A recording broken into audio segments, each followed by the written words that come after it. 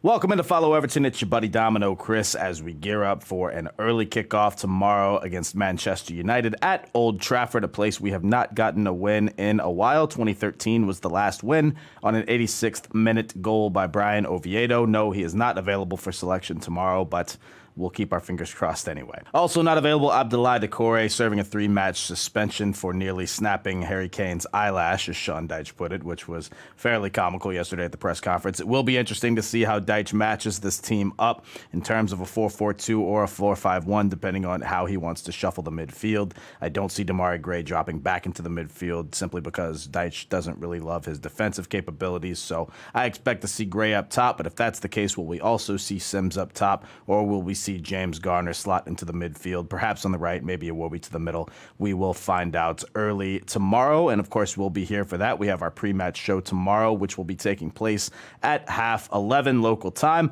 5:30 a.m. my time, which should be a fun morning. I'll have plenty of coffee and I will be ready to go, and hopefully you will too. We'll keep you updated on our Twitter page at Follow Everton. Also, it must be said, Dominic Calvert-Lewin has returned to training. We've seen this movie before, so while we do keep our fingers crossed that he will be available in some form or fashion, I don't expect to see him on the bench at this point. Again, a return to training hints that you might be available to sit on the bench, but as we've seen in past weeks, usually he's not available. So I think it's an added bonus at this point if we do see him, but if not, we will roll with the players that we have. And that's about all for Everton until tomorrow morning, but around the league a little bit, Frank Lampard has taken training at Chelsea in what is still kind of a crazy appointment. You can't say he doesn't know the club, and I will say that, but as far as in-game management and tactics, that's another story. But we'll see how he gets on at Chelsea. He does have quite a lot of players, talented players, I must say, to work with, so that'll be an interesting one. There was a rumor today, though, that Chelsea are considering a shock return for Real Madrid manager and former Everton manager Carlo Ancelotti. Now,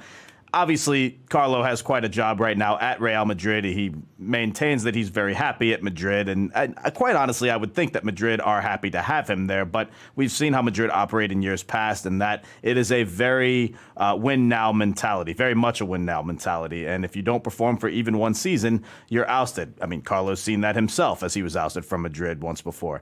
So it will be interesting to see what happens. Obviously, Real Madrid are still in the Champions League, although they're likely not going to win La Liga, as Barcelona seem to have that in pretty good form. But Real Madrid are in the Champions League. As a matter of fact, next week they will play, Chelsea. So that makes that game a little bit more interesting if these rumors have any base to it. So we'll see how that one goes. And speaking of Chelsea, while we don't want the score watch too much, Chelsea can do us a bit of a favor tomorrow by traveling to the Molineux and defeating Wolves. Some other matches to keep an eye on: Aston Villa host Nottingham Forest, Southampton host Man City, and you have the bottom 3 matchup between Leicester and Bournemouth at the Vitality. So again, we don't want to score watch too much, but at the same time, there are a few matches this weekend where it will be top half against bottom half. And let's face it, at this point, while ultimately it does come down to Everton scoring goals and winning games, it doesn't hurt to get a favor now and then. Whoops, my mistake. That game is actually at the King Power between Leicester and Bournemouth, but at this point, does it really matter? And that's the Daily Digest for today. We've got an action-packed football weekend for you getting started very early tomorrow. Our pre-match show